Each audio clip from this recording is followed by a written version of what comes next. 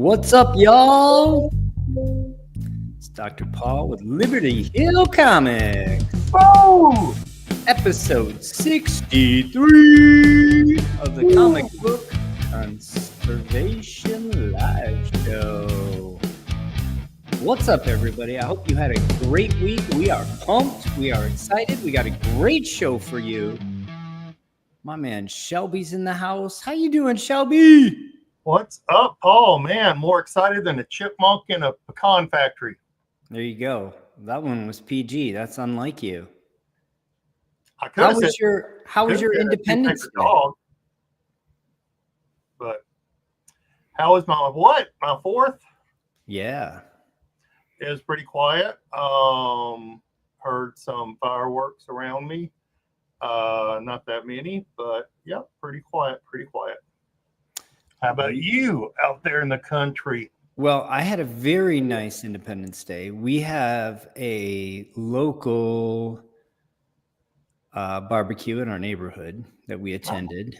There was supposed to be a local neighborhood parade, and I spent the morning prepping my Camaro for the parade, and then, of course, it got rained out. And I am in Central Texas.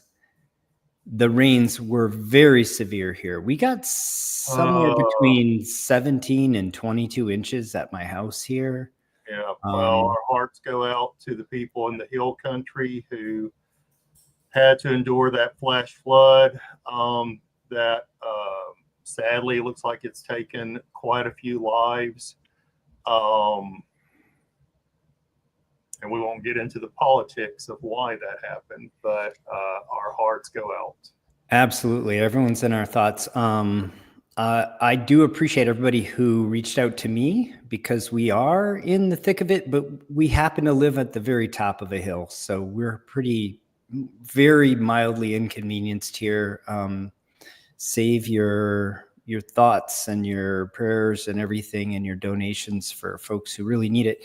We are very close to it, though. We've had some friends affected, and there were people that died within 10 miles of where I live. So it happened all around us. I don't want to bum anybody out. No. We do want to recognize the suffering that there's some folks that are experiencing right now.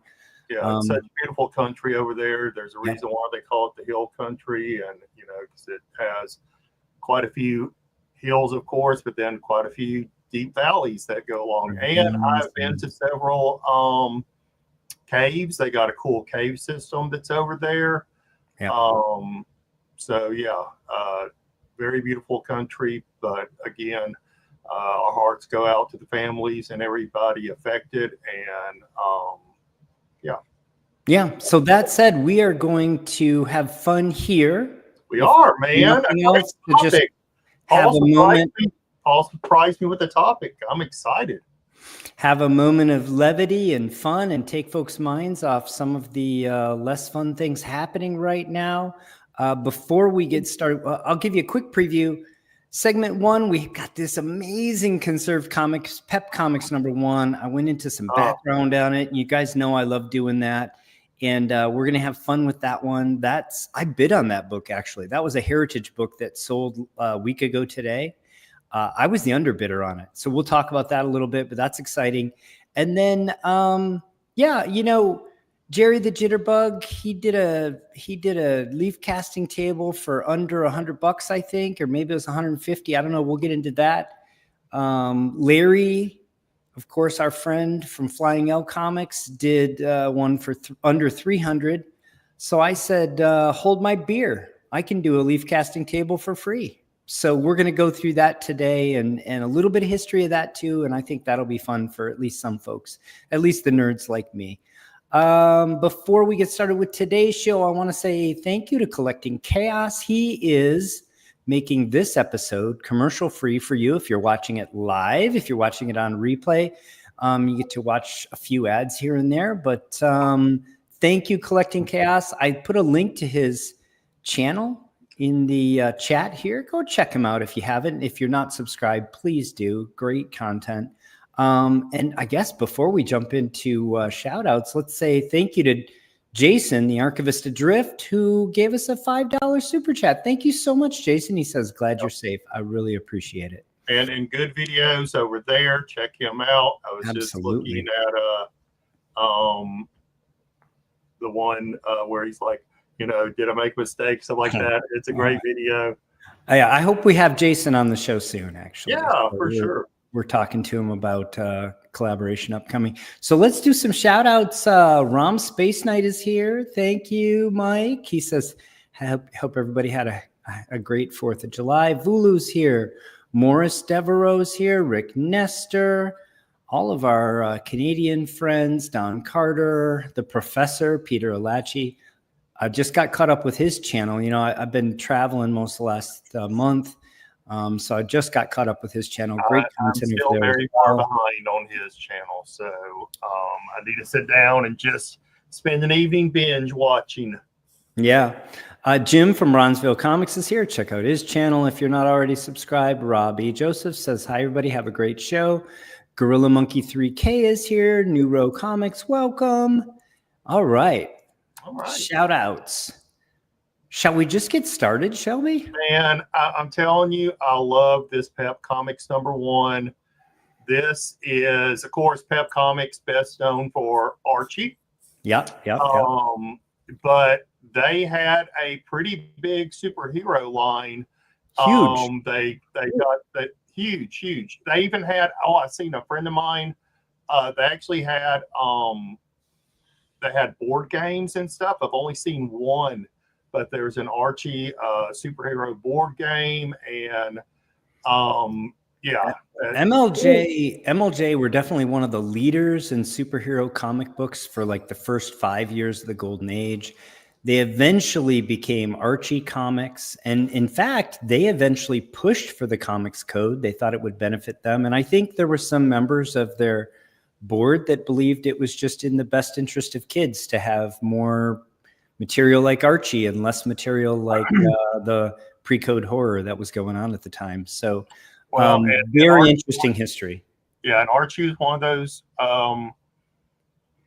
companies too, like Dell, that they were already kind of following what became the code. And as far as I know, they never did a comics approval seal, just like Dell. So, because they didn't have to, because they were made for a younger audience. Look at this. Let's see. That was when the book Soulless Redhead. I mean, that is a really mean thing to say about Cheryl Blossom, Jason. All right, let's get into it. So Pep Comics won very early anthology with superhero stories. This cover's by Irv Novick, who obviously is a Golden Age legend. There were interior stories in Pep 1 from Otto Binder, Charles Bureau, and Jack Cole. All legends, all Hall of Famers. It's the first appearance of the Shield and the first appearance of the Comet. So you get a twofer here in this anthology. It did have it had genres other than superheroes. There was some sci-fi, there was some patriotic stuff, and some detective type stuff going on here. The Shield is the first patriotic superhero. Pep Comics 1 predates Captain America 1 by over a year. So a lot of really seminal stuff happening in this book. Great Irv Novick cover. We love to see first appearances with the character, the main first appearance of the character on the cover. So, I mean, this is basically a mega key. This is a kind of book that I consider to be a grail. I think, we've talked about how that term gets thrown around a bit, but this to me is a true grail book. 1939, like you said, it predates a lot of the hero comics, and my history is a little rusty on how the publisher, I believe, was associated at one time with one of the other companies, kind of broke off. A lot of them did that early in the Golden Age. And such, but just super great. Yeah. So to your point, basically the first appearance of a superhero.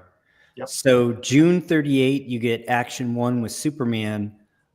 It's nearly an entire year, just like the Silver Age. These things, they tend to be slow burns, but once they get going, they really take off, right? So it takes, after the publication of Action 1, it takes almost a year for DC to put out another caped superhero. In May of 1939. You get Tech 27. I'm using the cover dates on these books. Their actual publication dates are a few months earlier, but this just kind of makes it a little. Yeah, Go Collect said December of 39. Yeah, that's when. Yeah, Pep Comics actually hit mid-December or third week of December of 1939, but cover dated Jan. So I'm just using that here for this little table. October 39 cover date for Marvel Comics 1. Of course, there you get a 3-fer or a 4-fer. You get the Human Torch, you get the Angel, you get the Vision, and of course the Submariner. Pep Comics, January 1940, again, hit the newsstands the previous year. And we get, as I mentioned, both the Shield and the Comet. And I'm going to talk about the Comet a bit more in a little bit, but these are the first 4 first appearances of superheroes. Why isn't Pep Comics 1 talked about in the same breath as Action 1, Tech 27, and Marvel 1? I mean, I imagine it's just because they stopped publishing the superheroes and they became less sort of culturally relevant. But man, listen, here are the next books, right? So about 4 days later, after Pep 1, comes Flash Comics 1, also cover dated January 1940, but again, hits the newsstands a couple days later, 3 or 4 days later. Of course, you get the first appearance of the Flash, the first appearance of Hawkman, and then, of course, Whiz Comics 2 with the first Captain Marvel, and then More Fun 52 with the first Spectre, and Mystery Men Comics 1 with the first Blue Beetle. But look how they start coming rapidly, right? Rapid fire after this. And then within that same month, these are the first 8. Number 9 is who? Number 10 is the Ray over at Quality. Number 9 will come back to me in a minute. But they start to come every month. You're getting 10 new superheroes published after that, right? Because it's just a flood during the Golden Age at that point. Exactly. And I mean, and I'm not sure. I do know that their publication schedule was a little bit varied when you look at some of the dates for their comics. So maybe it had something to do with just them not being consistent. Maybe just the heroes just did not, seem as attractive as the others. It took a while to get going. Yeah, the Golden Age took a little while to get going. Oh, number 9 was All-American 16, Green Lantern. Yep. And then number 10 is the Ray over at Quality. So from then on, they start coming every month. There's new superheroes published, right? So, but these 8 really these are the foundation. These are the real grails of the Golden Age, in my opinion. I mean, obviously there are more that come later, but these are the real tough books. Usually got to be a whale to own one of these. I don't own any of these.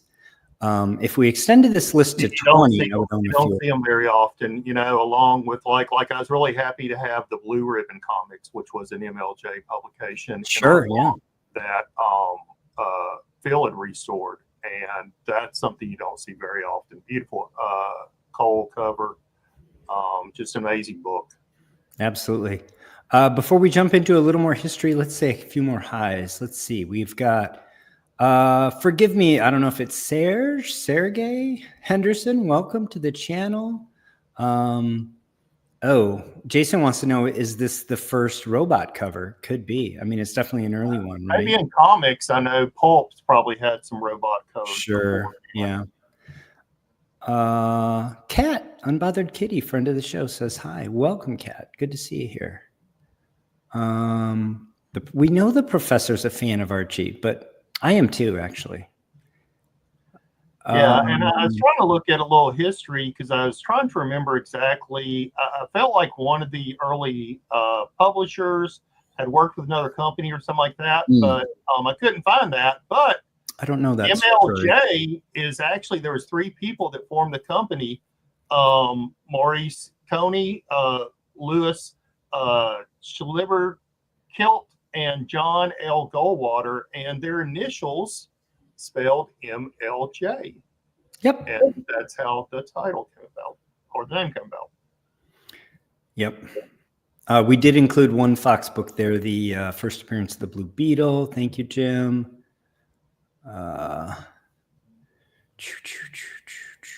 We're about to get into Sarah's question right here. So another interesting thing about Pep Comics, the Comet, who's introduced in Pep Comics 1, he's killed off in Pep Comics 17. He's the first superhero to die in the comics, which is remarkable. He is basically replaced by his brother, the Hangman, in the same issue. The Hangman is a very early anti-hero. So this is like a predecessor to, Wolverine or the Punisher, these types. Archie Andrews is introduced in Pep Comics number 22, but somewhat insanely, he doesn't make his first cover appearance until Pep Comics number 36 here, on the shoulders of the Hangman and the shield in his updated costume. And then, as we mentioned, MLJ becomes Archie Comics in 1946, obviously still thrives to this day, have smash hits like Riverdale on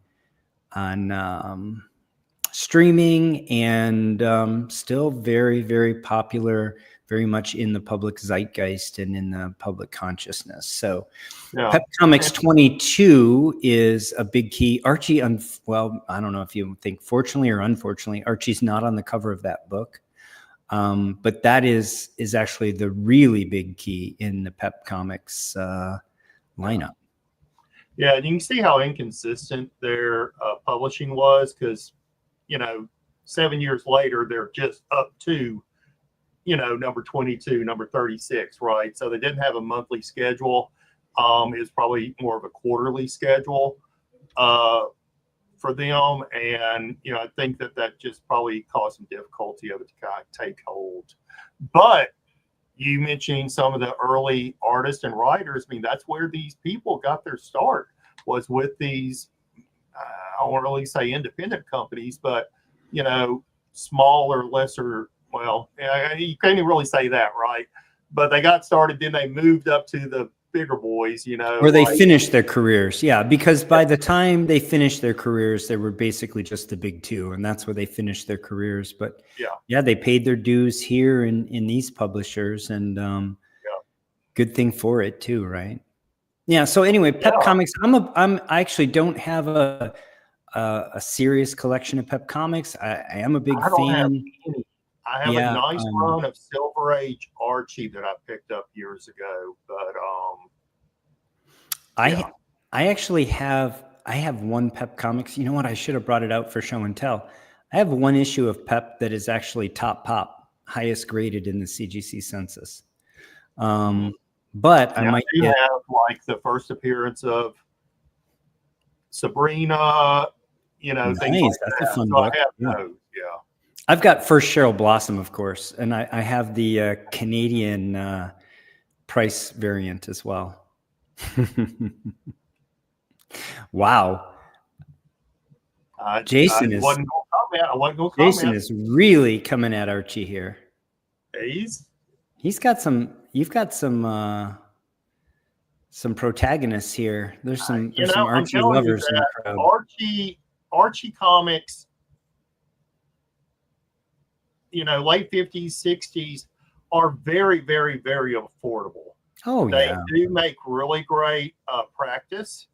But I've been saying for years, I feel like that with the increase that we've seen in Bronze Age comics with like your Marvels and DCs, that people will start reaching out to these lesser companies, and that's a bad way to say it, but these smaller companies, Lesser known. Just say lesser known. Yeah. these smaller companies like MLJ or /Archie.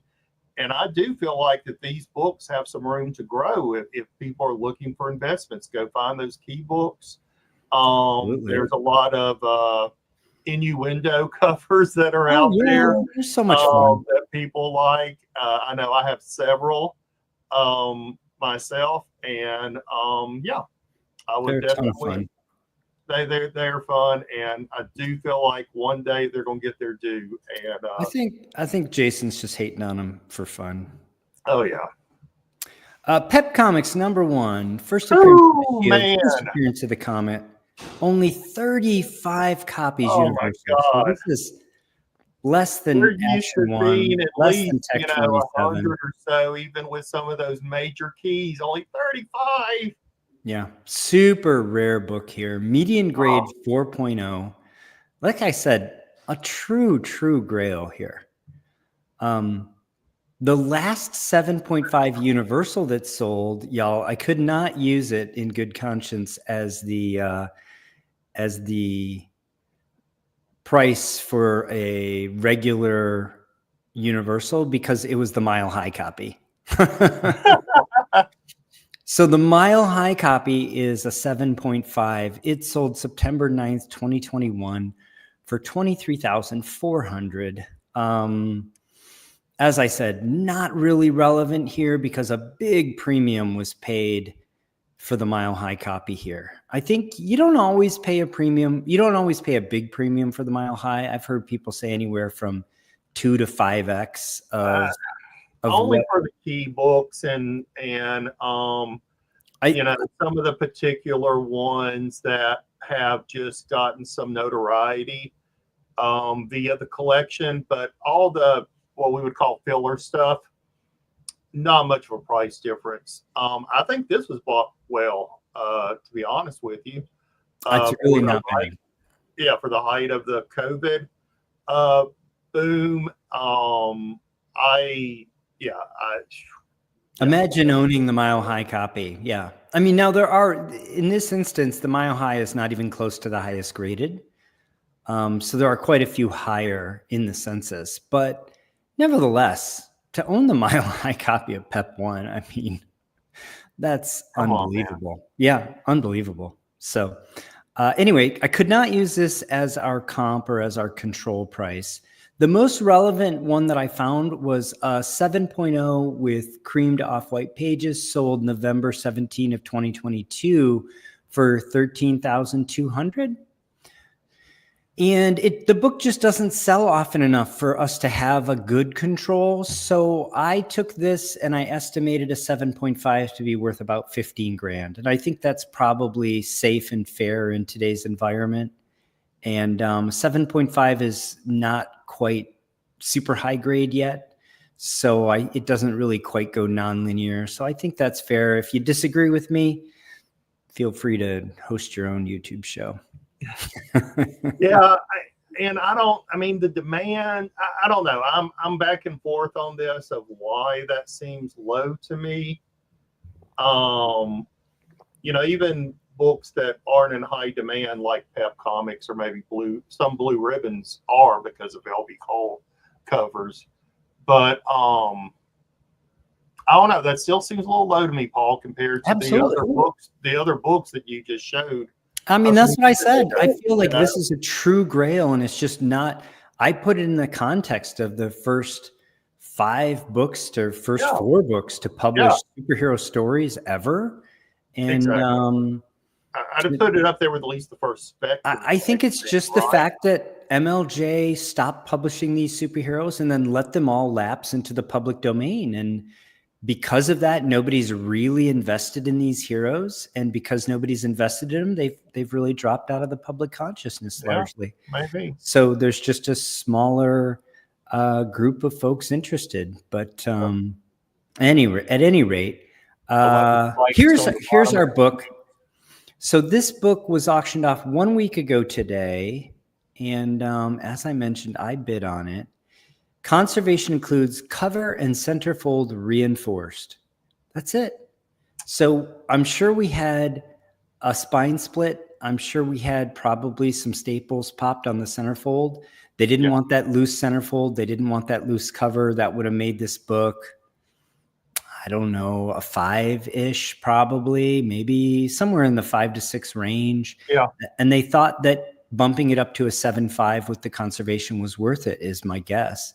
And you have to assume that some cleaning was done, but notice cleaning is not listed here. And that goes to what Paul and I have been saying, is cleaning does not necessarily put you in that conserved area as long as it's done appropriately for the comic book. Like if they had tried maybe to remove that K or something, and it's a yellow cover. We know how difficult it is to clean yellow covers. Oh yeah. And if you over clean it, because trust me, I've over cleaned several yellow covers, and you leave those white streaks and things like that, I would have to assume that it was cleaned, but it was done appropriately for the book.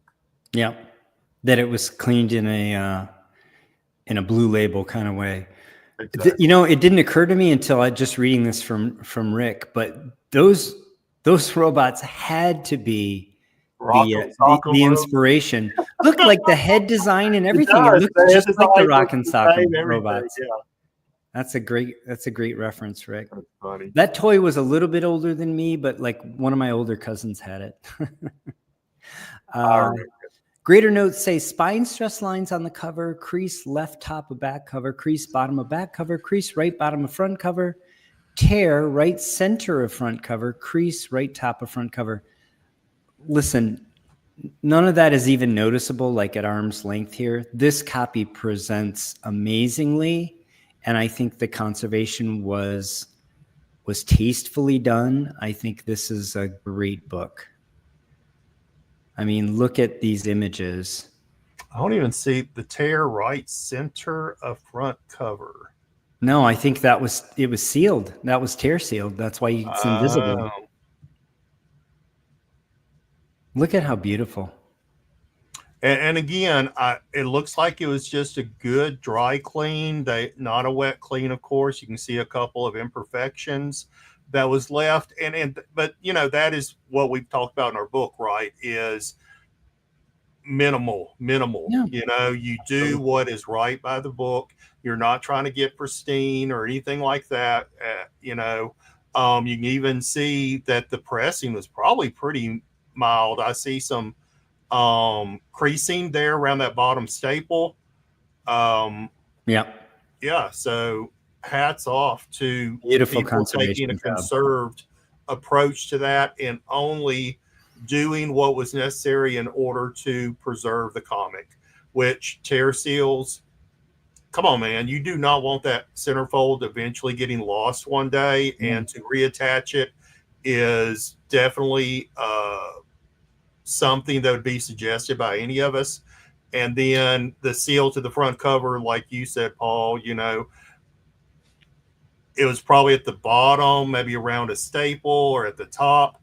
That just solidifies the book to prevent further damage later on.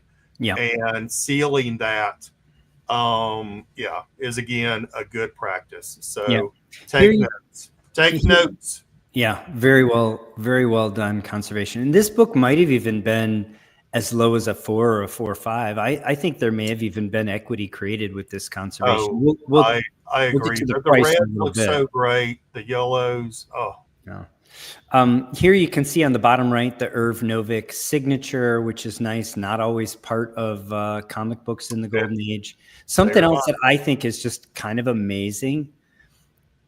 The robot is socked to pieces here by the shield. You can see bolts and nuts flying out, but look at the nuts. They're square. They're square. The old square nuts and flat-headed screws. This is before. This is before the hex nut and Phillips screwdriver. Unbelievable. Jack. Here's the back cover. You can see a little bit more, the age, why this book got creamed off-white pages. You can see a few of those creases here. Those creases and that tear, about. As you speculated, that tear was definitely around the bottom staple. You can see just a little bit of evidence of it here. And you can see it on the front as well. But what a beautiful book. And I have, excuse me, I've never cleaned a Pep Comics, but I have cleaned this same back cover. Because his ad was used a lot. We all have. And you know how delicate those inks are on this type of cover.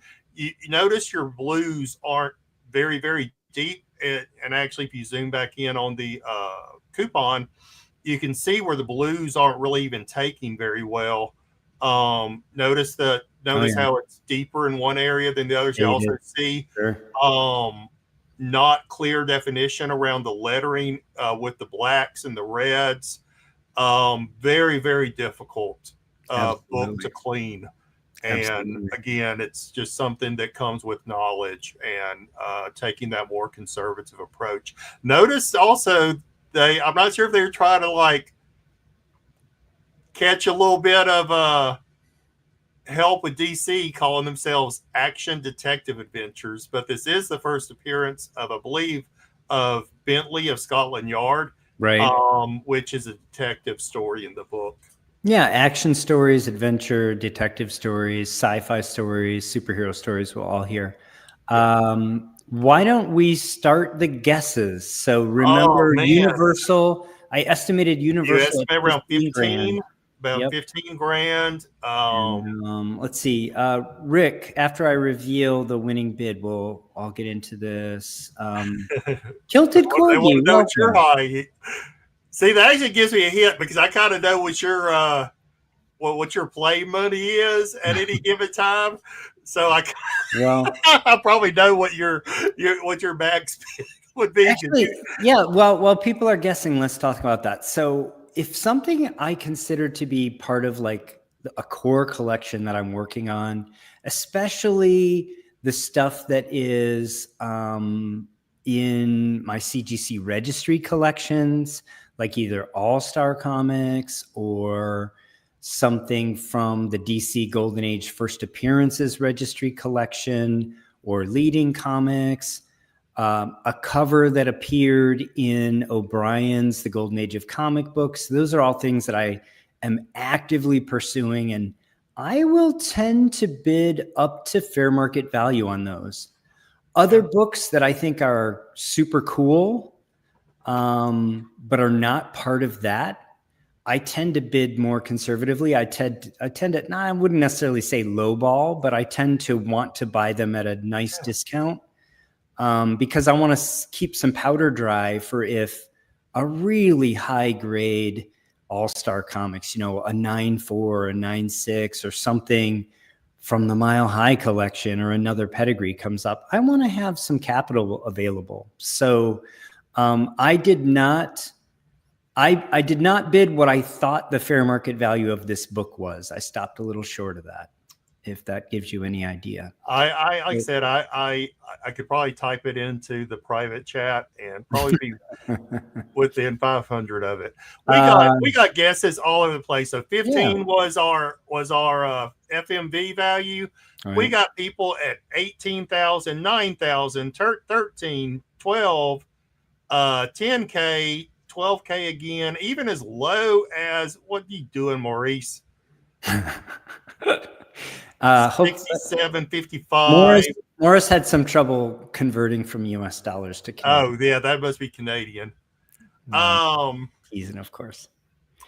6,500. I think y'all are underestimating. So 6,500 is the low. That's Gorilla Monkey 3K. Yeah, we got 18. And we got 18.5 with Kilted Corgi. Yeah. You got a guess, buddy? Man, I'm going to say that fair market, maybe a hair over. That's my guess. A hair over what? Fair market or a hair over. So 15,000 you're at 15 or a around little more. 16,000 maybe. All right. Here We'll we go. see. Ready? All right. Boom. Ooh, ouch. 7,800 with the buyer's premium. The frickin' market let me down again. I don't think this is terrible. I think it's well bought. Yeah, 52% of what I estimated Universal at. At that number, I think one of the phenomena we've discussed is you have price compression at the low part of the grading scale and at the high. At the low part, you don't have a very big gap between these books and Universal. Like, you don't have a very big gap even between Restored and Universal. If you're going to buy a Restored 0.5 and a Universal 0.5, there's not a big discount on the Restored. I agree, but in reverse, 7.5 seems to me to that. Hey, I agree with you. I think this was really well bought. I mean, for such an important grail, I think it could have went higher. But there is also a phenomenon in the higher grades where people that are going to spend enough money for a down payment on a car or something, they stutter step at the conserved or the restored. So there's a much bigger gap, like, for example, All-Star Comics #8, first appearance of Wonder Woman, a 9.0 restored sold for 40 grand last year. A 9.0 Universal would be $1 million book, or very nearly so, 800 grand. No. Yeah. And we talked about that book. I guess my thought is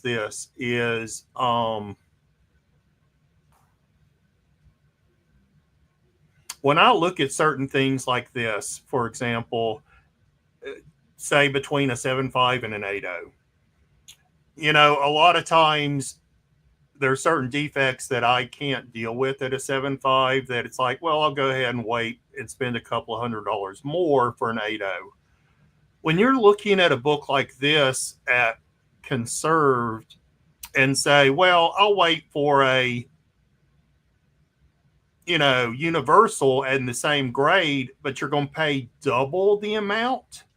Oh yeah. No, like I said, I think this was very well bought. For those that want to know, my high bid was 7,200 with the buyer's premium. I might have gone one bid higher, but right after I put that bid in, two more bidders hit it right back to back. And so then the next bid after this was well over 8 grand with the buyer's premium. And that was certainly more than I was going to shell out for something that, again, not that I don't think the book is worth it. It's just not something that I consider to be sort of core to my collection. So I was in this one basically kind of tire kicking. I mean, I'm happy I made somebody pay a real price for this or contributed to that anyway. But at the end of the day, I don't regret not winning it. Because again, you have to have boundaries if you want to have some powder dry for when something really important to you comes up. And this book just wasn't quite it for me. Although again, I hold it in very high regard. So let me ask you this, Paul. I know that you and I, when we were researching the book, I looked at a lot of conserved comics during that time that were graded and sold, and I broke them down in several categories of the type of conservation, like cover clean, sure, versus tear seals. And I did see a slight, it wasn't statistically significant, because you did see some prices all over. I did see a slight higher price for the conserved when it was only cover clean versus tear seal. Okay. Or only staples, or yes, just deacidified. Yeah, for sure. Exactly. I think so. You and I know from our friendship with Matt is for something to have tear seals and be a conserved grade, that it has to follow some criteria. One, professionally done. The quality is high. The quantity is, fairly on the I don't know. I mean, it could range. We know that. Sure. Yeah.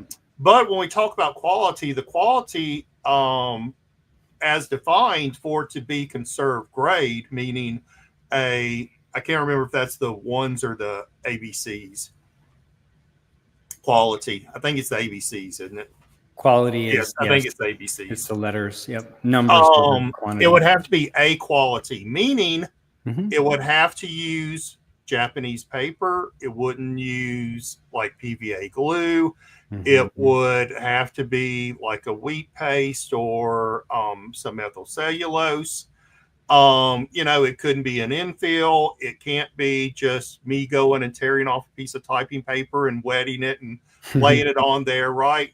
So I'm wondering, is it just maybe a lack of education, right? Or maybe CGC not explaining it well enough of when they say tear sealed, tear seals, what it is that they mean.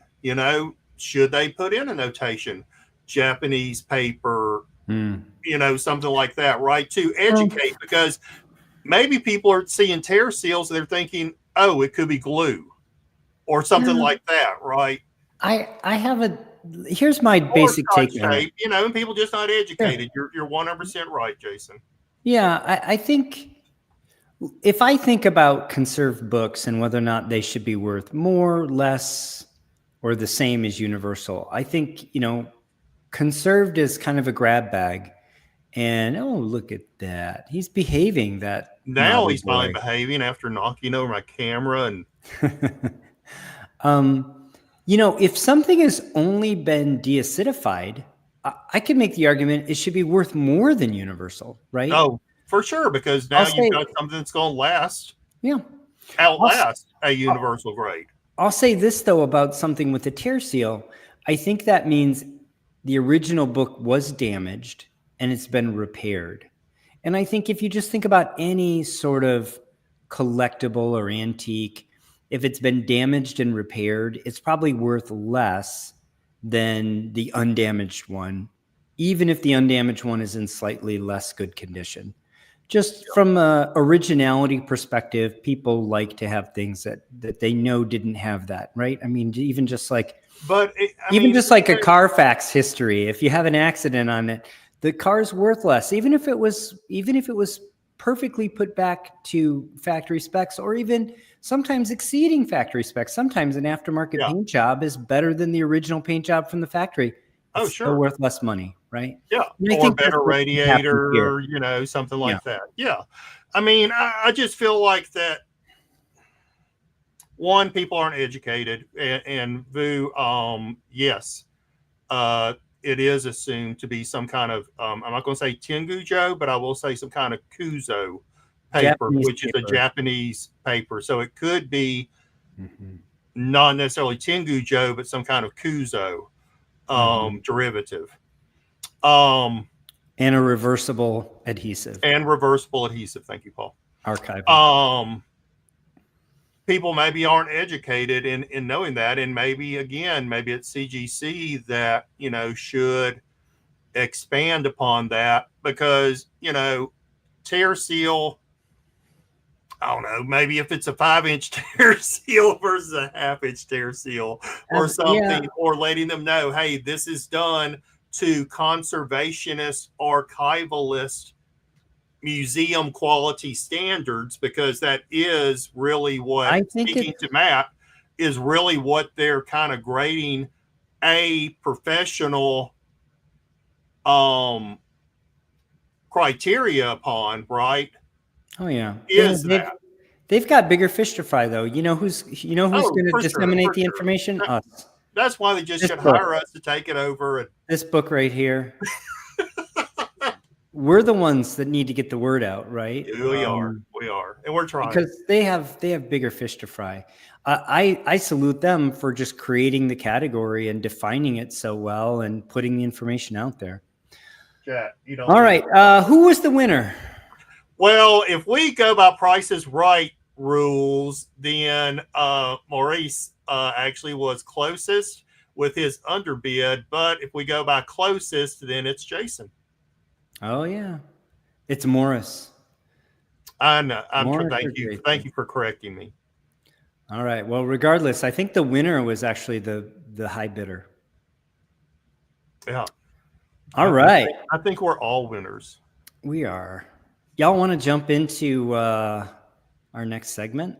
Man, I think this is a subject that there's a lot of interest in, and I thought I'd give people an update and a little bit of history and a little bit of fun along the way. And also, I think poke a little fun at some of our fellow conservators, just because we like to do that. And we do, and it's all in fun. Now, I will say this is that, when I saw the topic and I was thinking about what we've done to help with this, I know that, of course, in our book, citing that again, is that I wrote a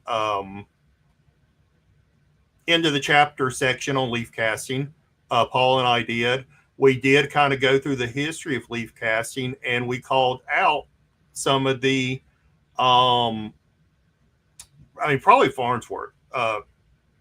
Farnsworth, who still has a lab. Did I say that right, Farnsworth? Yeah, yep. Who still has a lab in California. I think you talked to him a few times. Yeah, Dr. Don Farnsworth. Thank you, Don Farnsworth. He's in the Bay Area. Magnolia Press is the company. Magnolia, thank you. We have cited him in our book. We gave, I think there's even a link in there to where you can go and see the information that Peter uses on cooching that he did a video on came from one of those publications. Two, the grammage that he uses came from the Farnsworth publications. Mm-hmm. So Peter's been doing a lot to bring some of that information out, along with us discussing that information in the book in that end of the chapter section that we did with references and citations and things like that. So go ahead, Paul. Go ahead. Yeah, I'm going to get into some of that today and actually have some new material that's not in the book, and I think it'll be fun. Welcome, Mr. Collector 123. So, who is this young lady? Leaf casting was invented in the late 1950s in what was at the time in the Soviet Union. What was at the time called Leningrad, which of course is no longer what the name of the city is, by Yulia Petrovna Nyaksha. Nyaksha? Anyway, that's this young lady. Better than I could have done.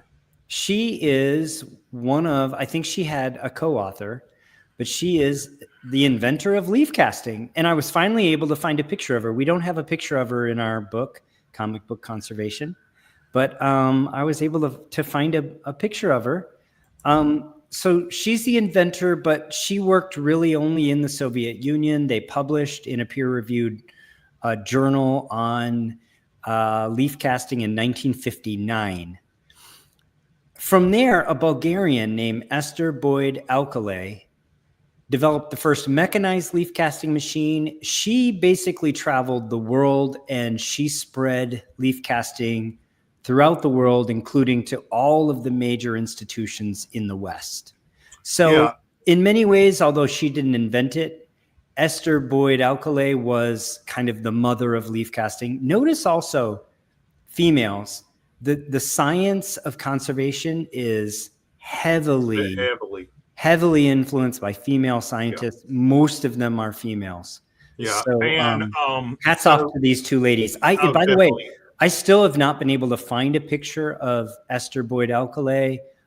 If you're able to, if anybody can come across an image of her, I would love for you to forward it on. Yeah. And let before me these things get lost to time. Oh, for sure. And let me answer real quick. So Jason said he's surprised that actually leaf casting was invented that late. One, we have to understand that paper preservation in a lot of ways wasn't even thought about until this time period. A lot of the older paper, and Paul and I have talked about this on the show, was cotton rag paper that actually has a very long shelf life. And it wasn't until hundreds of years later that they started seeing this degradation come about from improper preservation. Second, you have World War II that had just occurred and bombings. So you had a lot of historical documents that were damaged and needed preservation. Yep. So it's just in general, not just the invention of leaf casting, but paper preservation itself did not begin until this time period, based on just really noticing that the preservation techniques hasn't done well for hundreds of years old paper and the war. Yep. Another thing to keep in mind is that most of the practicing paper conservators today are actually in Europe. And that's just because the printing press was invented there. All of the first few centuries worth of books were in the old world, not here in the US. Exactly. And so the history of it is just much deeper there. Esther built at least 9 leaf casting machines, starting in Bulgaria and then in Israel. These machines that she built, and this is why I said she's really like the mother of leaf casting. Machines that she built ended up in the following institutions, and I don't think you could find a first-tier institution not on the list: the Library of Congress, the New England Document Conservation Center, the National Archives in Paris, the University Library in Cambridge, and the British Library. I mean, that's a who's who list of elite conservation institutions in the West, and they all got machines from her. I do believe she wasn't selling them commercially. She was appointed actually at a faculty position in Israel at the time. So these were all basically kind of cultural sharing. And again, we owe a huge debt to her. So anybody that can find any additional information on her, I'd love to see it. Please send it. Correct my history if I'm wrong here. Was she also responsible for the pulping machines that I know you and I have talked about in the older literature? Because there were certain pulping machines when we was looking up. I think the pulping machines came directly from the paper making industry rather than developed specifically for leaf casting. You know, the Hollanders and all that, they were generated more for paper making. There was also a fella who was a contemporary of Esther's, a Spaniard named Vicente Viñas, who developed the first commercial leaf casting machine known as the Vignector. And this was commercially produced in the 70s. And this is a conservator in Spain using the Vignector. That's the Vignector there in front of her. So this was the first commercially available leaf casting machine. I won't spend a lot of time on this, but I think the history is fascinating. I think it's fun to go through. Yeah, and we can go ahead and make a differentiation right now. There's different types of leaf casting machines. Probably the most common is like the suction table that we see Jerry the Jitterbug use. Mm-hmm. There's also what we call full immersion, which is mainly what these are, in which the pulp is applied, or the furnish is applied in the water, so it creates this cloud. And I believe we have a picture of it in the book whenever we do. I'm going to show it actually, Shelby. Oh, okay. And so it's actually applied, and then you can either do two things. One is suck the water out, which would then go into the void areas, or you can lift the tray up, which Jerry's actually shown. He's tried that method a couple of times, and that gravity doesn't really pull well into the voids. as the suction, sucking the water out that Kenny Sanderson uses. And then there's just normal leaf spot casting without a vacuum. They keep all Yeah. that Peter shows where so several different ways in order to do this. So vacuum accelerates the deposition of the pulp from the furnish onto the substrate. It also helps the fibers lay down and pack in a way that makes the paper really strong.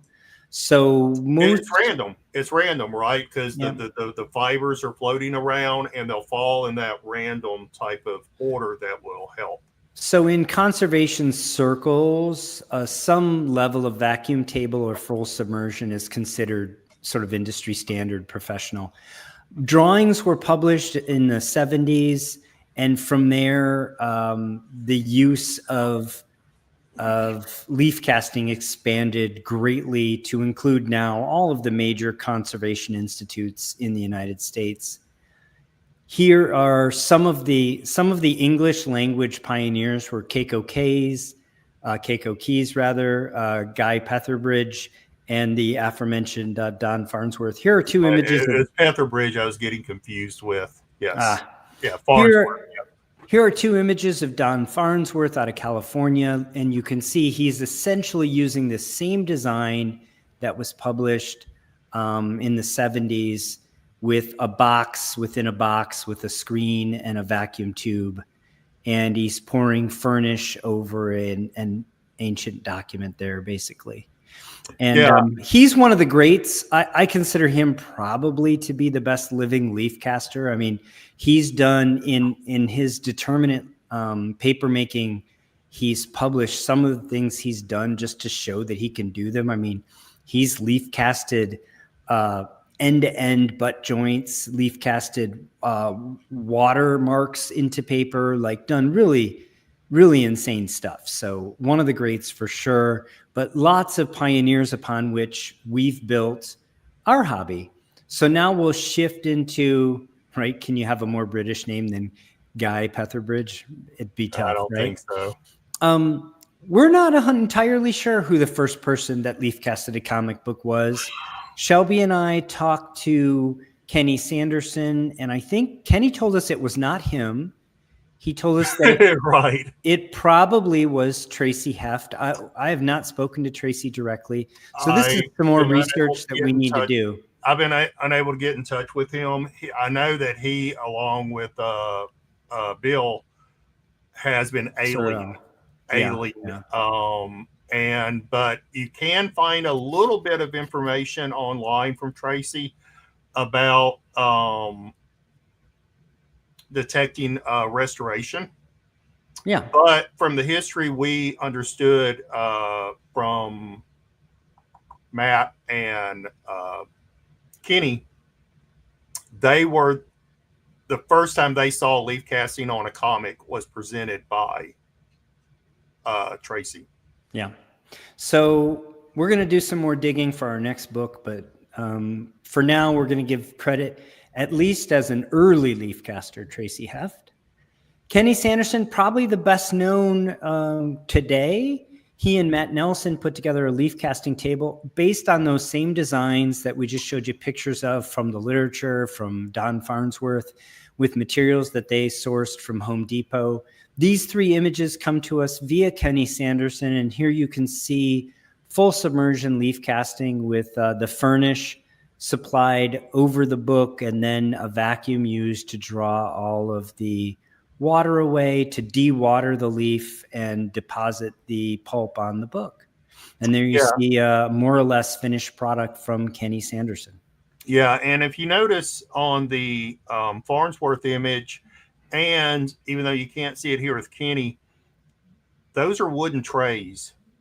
They literally just bought wood, made a square, created some type of grid like Kenny is showing here. Mm-hmm. And it looks pretty similar to the grid that like Jerry uses. And it's lined with a water resistant liner. is what's inside there. And then just a 2-inch tube coming out that goes to a wet dry vac. And hey, Bob's your uncle. Yep. So Kenny was kind of one of the only games in town. I know the Myers were also leaf casting, but there weren't that many people doing it until Jerry the Jitterbug showed up during the pandemic. And Jerry did this video where he said leaf casting table for under $100, which I think was an inspiration for many people, ourselves included. And a couple years later, Larry did a freestanding table with a little bit more sophisticated materials with a budget of $300. And I guess you could say inflation, maybe you could say California prices. I think Jerry actually gave Larry a shout out, but then also poked a little bit of fun at him for why he would have to spend $300. Right, have to spend 3 times as much. When Jerry had already showed everybody how to do it for $100. I think part of the issue here was that Larry wanted a freestanding table. He didn't want something that would go on a desktop. And of course, once you get into, something that has legs and that is 3 feet off the ground, there's just more of a budget involved. That said, this is where things took a little turn for brevity. And I said, hey guys, hold my beer. I can build a leaf casting table for free. So I want to show you what that looks like. So I just took a cardboard box. I cut a hole in one side. I taped it all up. I cut a round hole in one side, and then I cut a rectangular hole in the top.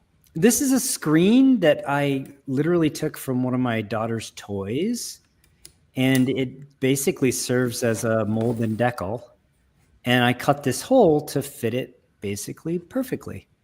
Yeah, and let me comment real quick. I know that Larry has given me several shout outs, but even though Jerry uses Hollytex, if you look at the literature of Farnsworth and some of the research I've done, you can buy silkscreen mesh around 100 excuse me, 100 mesh. That's the way it's done, and it's the amount of mesh that's within a square inch.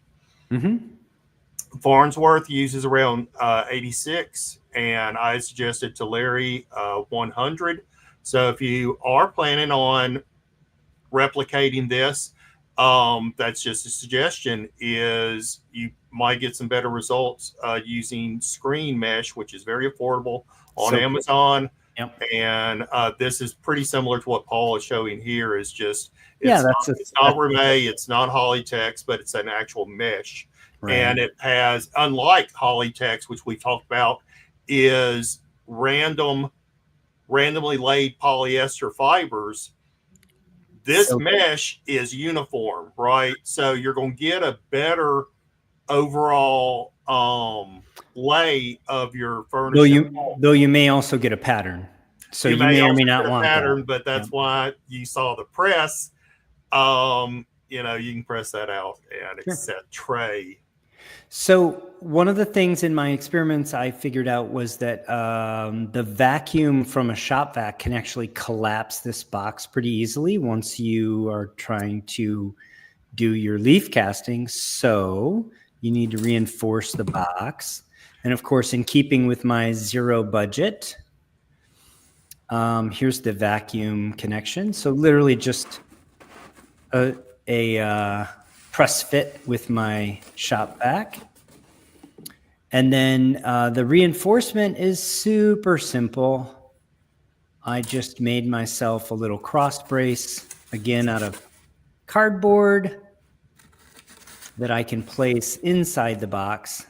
I took some tape and I taped up the inside of the box to make it sort of water resistant. You can see this is actually very stable now. And then you place the screen back on and you turn the vacuum on and you place your furnace right on the screen, and you can cast paper with this leaf caster for free. So suck it, Jerry. Suck it, Larry. Just kidding. Obviously, those guys are my pals. But this is what the setup looks like on the kitchen counter. And I made a bunch of paper from it. I worked out many pulp and furnish variables and recipes with this free leaf casting table before deciding whether or not I would invest in a table, in a vacuum table, in a full submersion leaf casting machine. Those run in the thousands. They're probably even more now with the Trump tariffs. I'm sure you're going to drop $10K to get a leaf casting machine into the US because none of them are made in the US anymore. No, I think France, weren't they from France? Germany for sure. I think also Great Britain. In England. Yeah, I think one in Great Britain, one in Germany. I have a slide later. Okay. But at any rate, this is how I basically worked out all of my recipes. So if you want to get started, if you want to just do some experiments, this is a great way to get started. No, this is just Paul laying his created paper on top of the back of a comic book to show the similarity in texture, color, and thickness. Yeah, the whites got blown out a little bit here. Sorry about that. I think when I converted it to PDF. Jason, I am not showing a comic book that I leaf casted on this, although you could, with a screen, lay a comic over that quite easily. I did use this to make a bunch of different pucks and to test different silk screens, to test different furnishes, to test different additives to the furnish, including different slips and all kinds of stuff. So this was just my quick and easy way, very inexpensive way to run dozens of experiments to get iterated down onto the kinds of furnishes that I wanted to use for comic book leaf casting. Yeah, and we actually list out all of those variables, I believe, in the chapter on leaf casting where we talk about thickness, the main properties that you're looking for. Oh, yeah. Which is thickness, color, texture, strength. You're not going to remember them all. Guy actually has a list of like 9 or 13. Yeah. I mean, like every characteristic you could think of paper should theoretically at least be considered, right? Yeah. I don't know. Captain Larry has done a full submersion table. He has not done a how-to. He's not done a how-to, and he's not published that yet, or the cost of it. It is considerably more than the 300 because it is considerably more complicated. I will tell you that. But we'll. Also somebody asked where are Phil and Larry? They'll be back. They just had commitments this week, so we'll see them back next week. They're fine. Yeah, I don't know where Phil is, but I'm sure Larry's probably working. He's flying somewhere. One of those All-Star books came in the box, so it wasn't free. You can technically get those boxes free from the post office. You can. All right, so these are two of the Pale ones from England, and the Fold and Edger. That's the one I was thinking France, but it may be Germany. It's Germany, I do believe, and you're looking at. I don't know, 5,000 to 7,000 euros. Yeah. And then you can I've actually used Pell for several things that I purchased. And I believe theirs ended up conversion was around $5,900, if I remember right, which is actually a fairly good price for this. It's still going to be $1,000 to ship, and then it's in the EU. So right now, Trump's got a 30% tariff on the EU. So you're still going to be over $10,000 on this thing. Yeah. And the Pale has its own built-in pump. The Fold and Edger, you actually got to still buy your own pump and put in the bottom. Yeah. Yeah, so these are some of the commercial, but these are computer controlled now.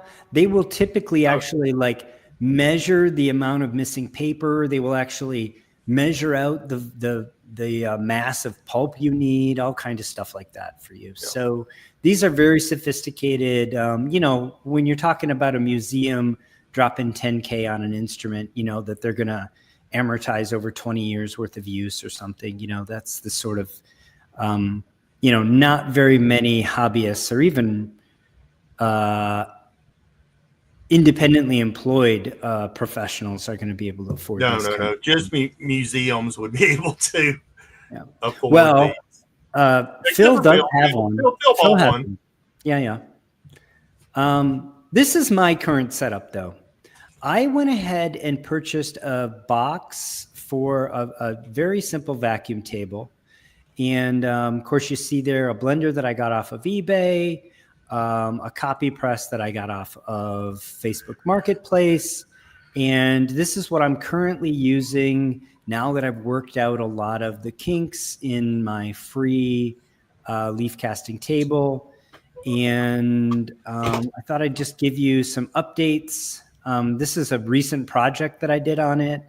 This is a really well-loved copy of World's Finest here, from 1952, I believe. So sort of late golden age, post-war. And there's some leaf casting by yours truly. And here's the book fully put back together. This one's going off to CGC relatively soon. I'm going to try to get some books off so that I can get them back before Collector Summit this year.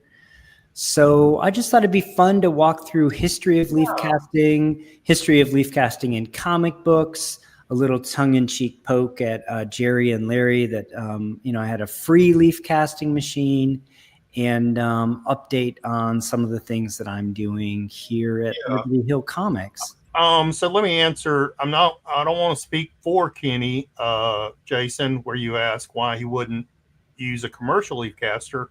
When we talked to him about it, he works in his basement, very small footprint. He actually has 2 leaf casters, the original one that he bought, or that he built, and I believe he built that with Matt. And then he has a second one. If it's not broke, don't fix it.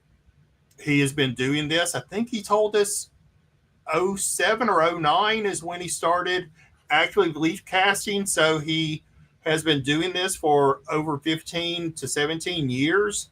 And when you now have a, you know, and like he explained to you, he's like, I don't have to measure this out anymore. I know based on the amount that is missing from the book, what I need, how I need to make my furnish, I pour it in.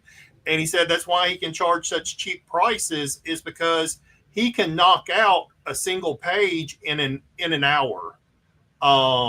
You know, leaf casting, and that means putting it in the full immersion, leaf casting it, and having it in the dry press in an hour. Right. By the way, this took me 30 minutes to do. And it took me another 30 minutes to dewater in the press. So this basically took an hour. Once you work all the variables out. And also, by the way, Kenny's leaf caster, that's based on the designs that were promulgated by Esther Boyd Alkali.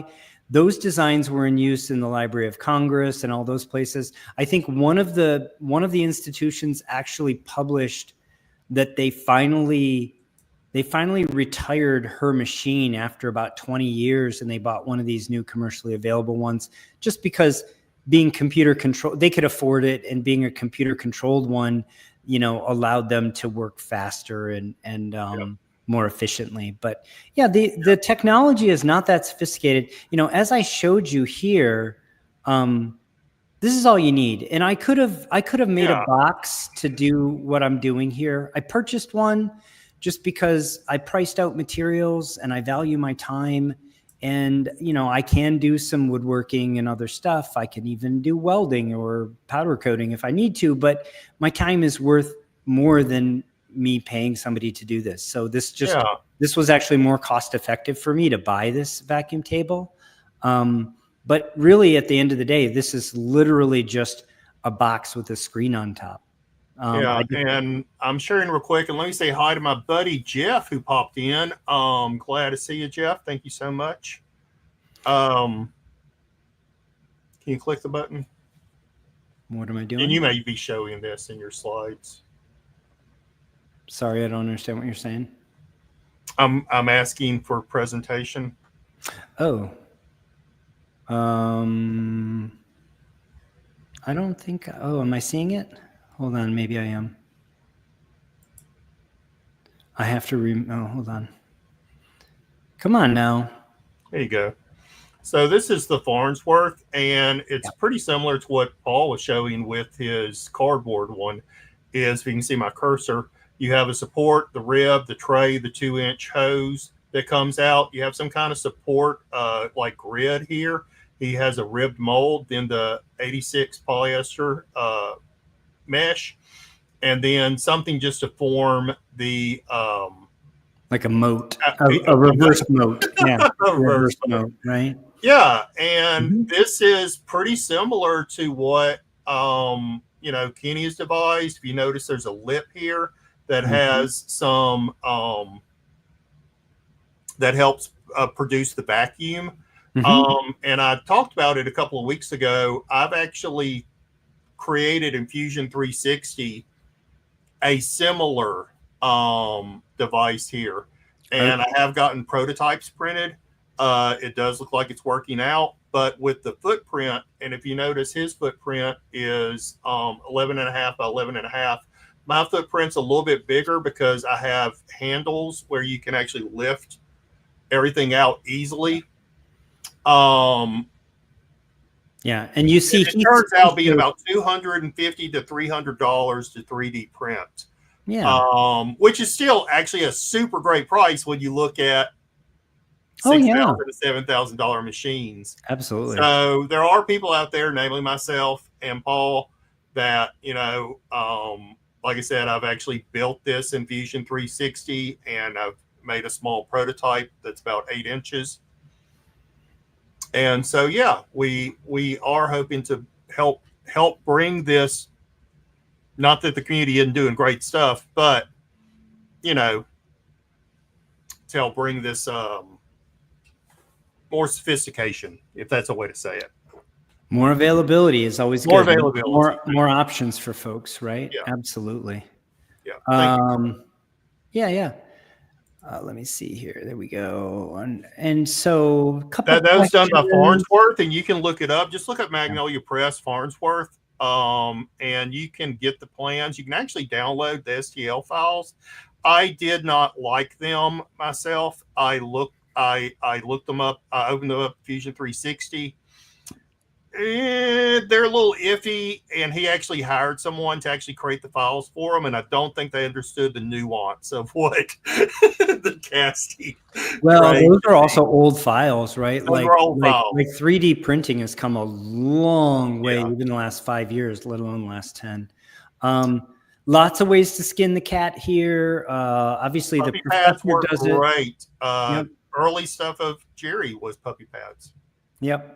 The professor, is really gets amazing results without a vacuum table. I want to say hi to Gator Graphics. I think that's my buddy Jeff. Yeah, back in Louisiana. He's in from your one of my oldest friends. Paul, you will definitely see more. Thank you for the kind words. You'll definitely see more in the future, just time permitting. Shelby and I, we've actually set aside a lot of our own personal goals to sort of promote the community goals. And I wanted to be further along in my own leaf casting, but we put out a book that's helping other people make strides in their leaf casting, and we put together a Facebook group, and we're doing other things. So my own content creation has taken a bit of a backseat to that, but I'm happy with where the community's at, and I'm happy with the contributions we've made. So You will definitely see more from me, though. I think, I didn't show the actual leaf casting, obviously, with this book, but I do want to show that. I do think my approach is enough different from the other content creators out there that you'll find it interesting. And yeah, so. And we're hoping to have a book of our own out there, which be kind of the first of its kind, really detailing all the aspects of leaf casting next year. So that would include the creation of your furnish, the pulp, talking about color, paper, the casting tray itself, the different types of ways you can cast, materials, and probably some cool history. Us scientists over here, we love our history. That's right. Until then, this is where you want to hang out. This is where we're publishing the latest and greatest. This is where everybody's sharing their work. I am so thrilled. I mean, we have at least a dozen comic book conservators that are leaf casting now. And a year ago, we had one on YouTube. We had Jerry, plus we had Kenny, who's in his own studio. So this community has grown tremendously, and I'm super happy for that. And I'm super proud of our contributions to it.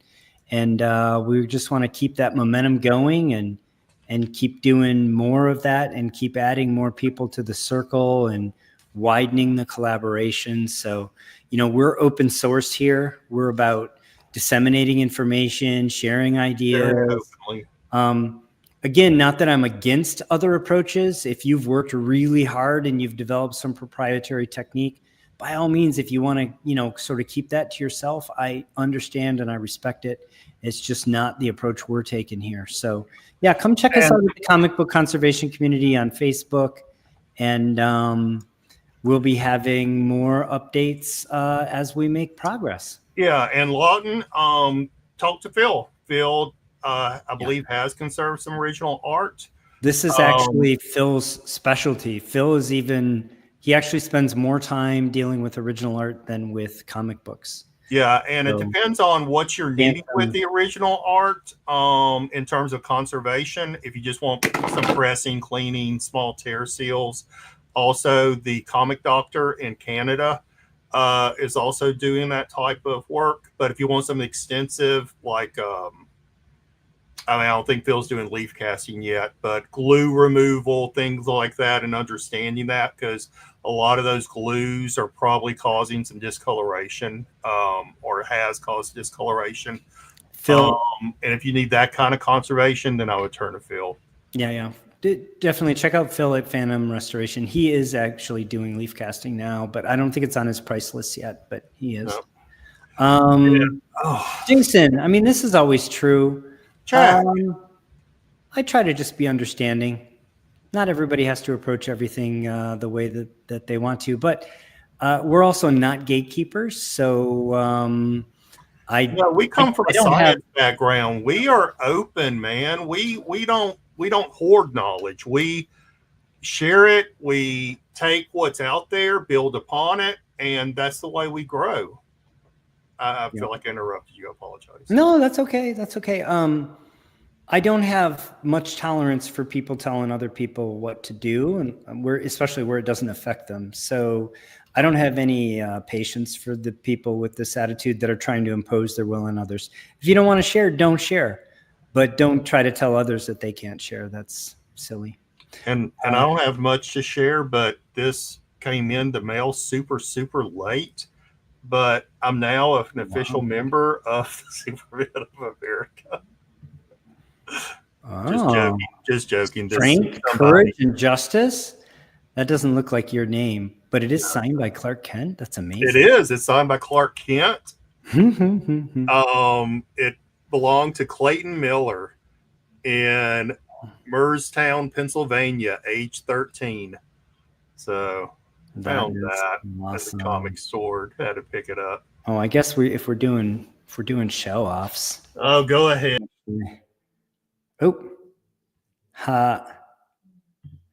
I actually exited him all entirely. Here, let's do that, and then I'll go back to solo. Here's that comic book. Look at that. Like I said, off to CGC soon. Pretty happy with it. Right. So that's our show. Now, also, what you showed came from the link is actually in the back of our book under resources, the Museum Of Conservation Sciences. Museum of Conservation Sciences. It's Museum Conservation Sciences. Oh, yes. Yeah. But you can order those. There's special order thing. You can, I believe, set the size that you want and all that.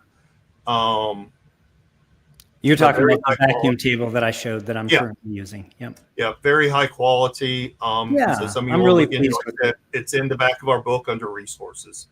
Absolutely. Well, that's and our all show, all those pail and all that is in the back of our book. Yep. That's our show, folks. Shelby, thank you so much for joining. One quick thing. We did have a customer reach out, and we're investigating this, but it looks like that the printers of the deluxe edition may have missorted some pages in a few of the books. So if you look around page 32, make sure your page count from about 32 to 36 in the correct order. Only the deluxe copies, only the $150 deluxe copies. The printer would like to know a more exact amount of the error copies. Now, they could be worth more in the future because they're error copies. But if you ordered the deluxe copy, just look around page 32 to around 36 and see if all the pages are in order. If you are, you're golden. If not, contact me at libertyhillpress@gmail.com. Of the extras that we had, I found one error, and then we've had only one customer contact us and they found an error. So I humbly apologize. I will not be using that printer again, but I don't think we're going to be doing any more deluxe copies. And obviously we'll replace them. We'll replace, of course. That's what I'm saying. Is reach out to me. I will replace ASAP. So please check your check it. Lawson. It seemed to be, we have them all numbered in the front. It seems to be somewhere around number 14 to 16. So we're thinking there's only a few that may have happened that way, but that's still a few too many. And trust me, I won't be doing a good review, even though they've been nice. They've been super nice about it. They just want to know an exact amount before. Yeah, we'll take care of it. All right. Well, thank you, Shelby, for joining me. I hope everybody had a great 4th. Hope everybody has a great week. Thank you all for being lively in the chat. Thanks again to sponsor of this show, Collecting Chaos. Thanks again to Jason, the Archivist Adrift, for sponsoring next week's show. Give us a thumbs up, like the video, tell a friend about us, tell an enemy about us. Phil and Larry will be back next week. And until next time. So real quick. So yes, email me here, P Bales. I am doing that order soon. We're getting those directly from Matt. Matt was, of course, at Heroes Con. He needed a couple of weeks to get things calmed down. But yes, we will be having the grading guide for sale. So a lot of the things that we talked about here with the ABCs and 1, 2, 3, 4, 5s of understanding conservation is in the grading guide, and I will be ordering those here in the next few weeks. So please just email me at libertyhillpress@gmail.com and we'll get you on the list. Anything else? No, that's it now. I swear. Can we do it now? We can do it now. All right. Until next time, take care of one another.